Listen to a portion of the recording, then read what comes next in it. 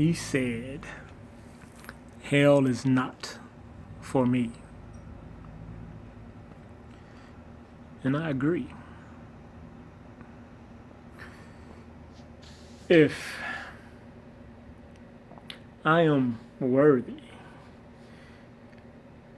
of living in purgatory for the rest of my existence, whatever that is supposed to be beyond life, in the afterlife. It's not life, but it is life. It's a different life. It is existence in life.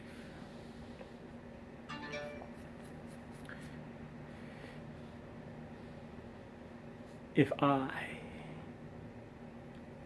even I, am deemed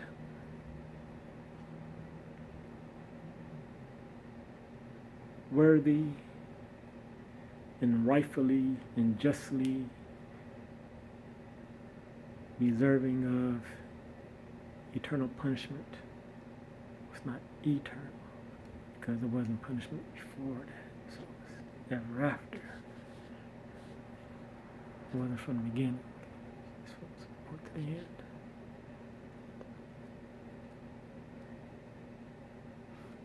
Then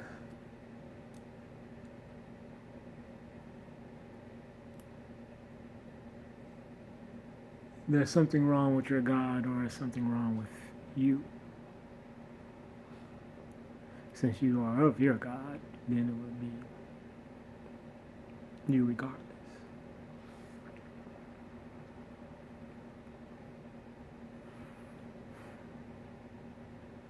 For there has to be some value, and it's shown that there is some value, and it's spoken of in valuation terms. That belief and love and truth and faith and hope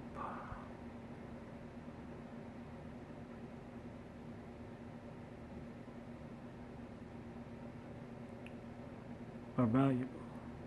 They have a value. They have their place, and there's a place that is close to God. Some say of God,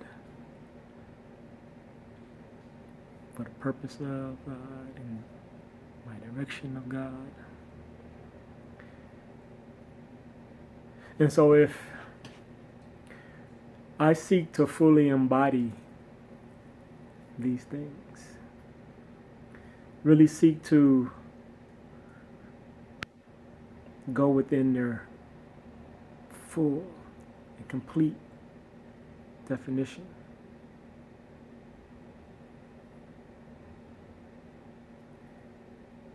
each word in truth,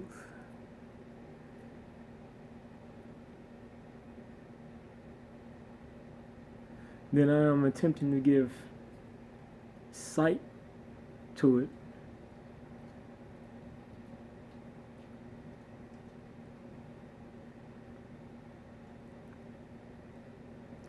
with no other higher level to go to.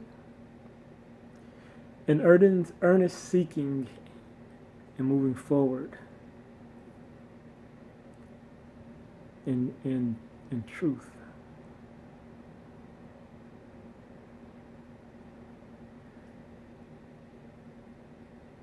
There is no higher station in this world.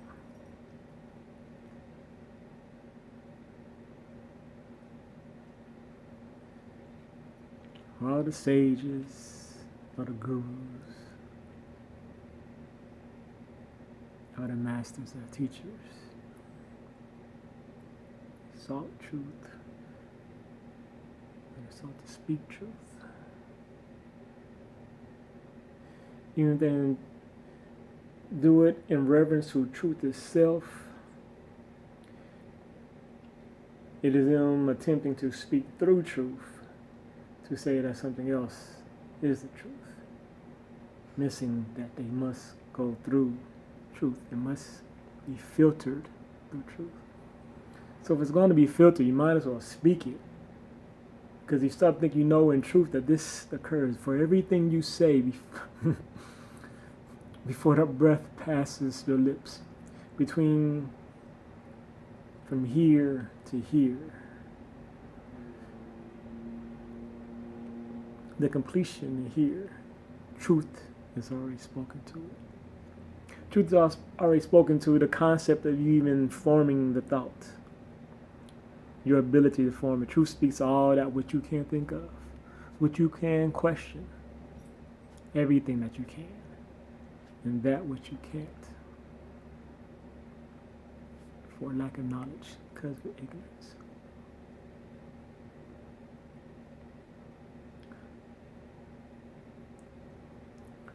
All are ultimately trying to speak to truth. It's just that they just keep putting these things in front of, or they put it on the side of truth, and like they're looking over, and seeing.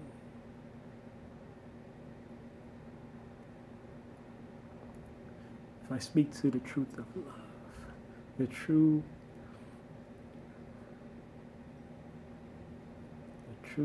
of what love is, which either must be defined by us because we give word and form and deed and a structure to it. We speak to its existence as we perceive it. Does it exist outside our perception? It appears the truth says no. So that which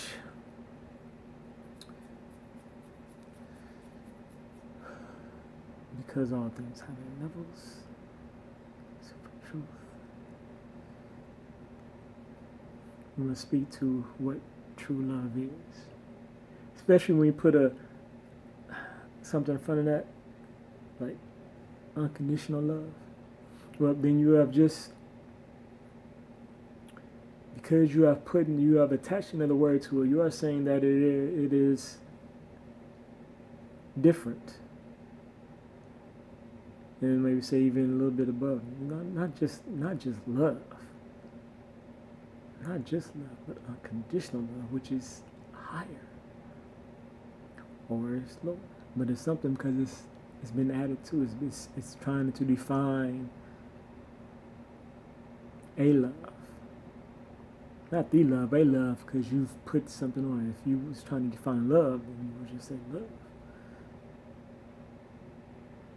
But once you say unconditional love, then you are seeking to define something else.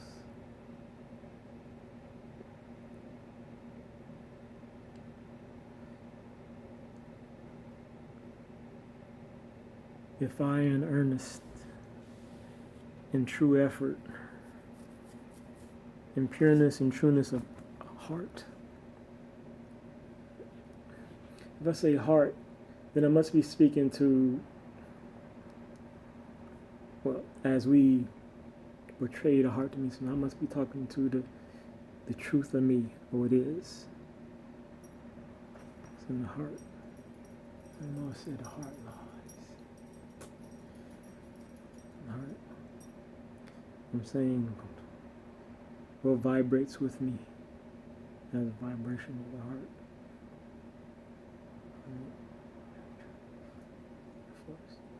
It is the natural vibration of me that I do these things. And so when I say I'm doing I'm saying it is I that's doing it, so it is authentic. Or even a liar is authentic.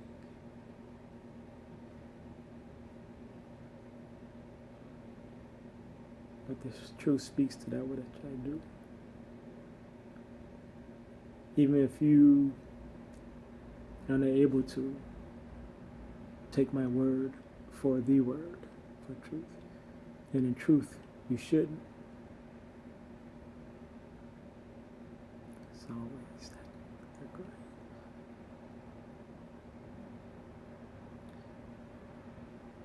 But the truth speaks to it. I know it, and you know it.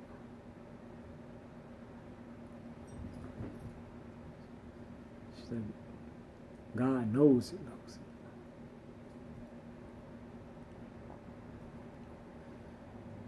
If I talk to truth in utmost form, talk to belief in utmost form, to love, to faith, to all those terms which you give weight to. If I say, well, what's the greatest? You're looking for the greatest to move forward, and the greatest to be, the greatest to be in joy and happiness, to do the best for all. And then you say, well, the best is accepting Jesus Christ as Lord and Savior. So all else is futile. If you do that, then you have sinned the greatest sin, and you must perish.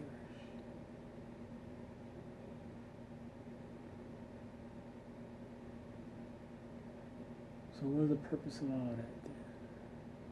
None of that matters. Why go through the rigmarole of everything else if there's only one thing that matters? There's only one thing. Well, there is only one thing. You know what that one thing is, but they're talking about those who say that the one thing is other than the one true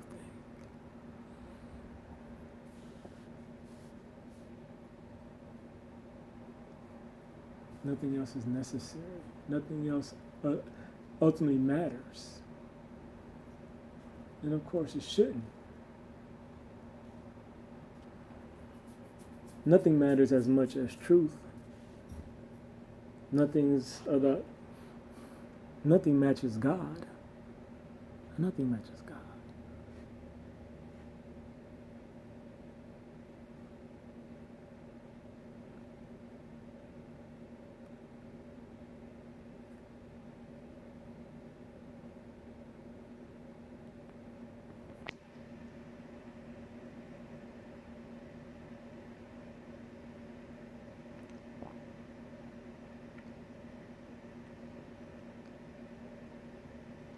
If being myself is wrong, it's not of my own fault. It can't be. Because it is a requirement of me to do that which is different than what I feel and what I see and what I think. So that's what I believe. That which I move forward by. It's not me creating it, it is it creating me and what I do.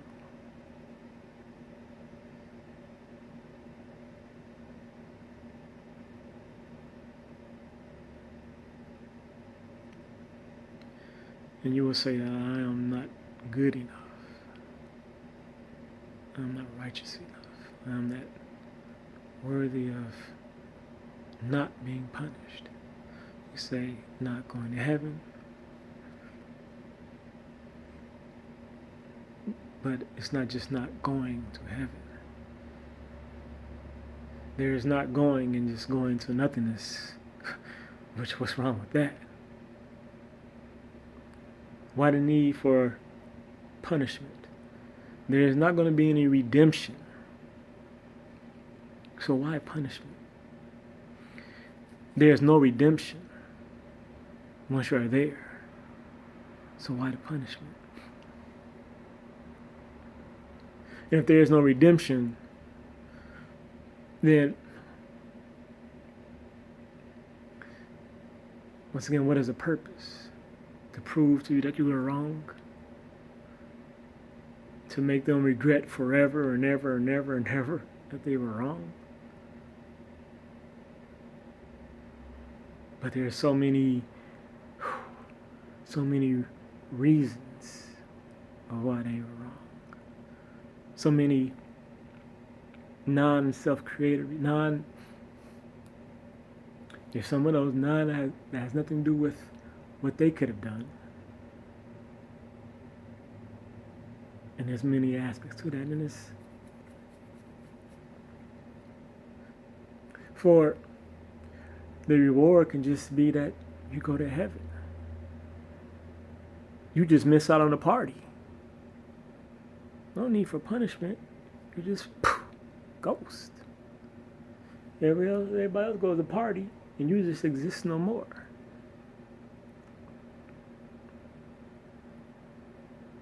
But of course, you always exist. Because once you have existed, you exist forever. You exist forever within God, within truth. Truth shall speak to you about you forever. Forevermore. So there's no true death. You have eternal life. By way of the word of God. Because the word.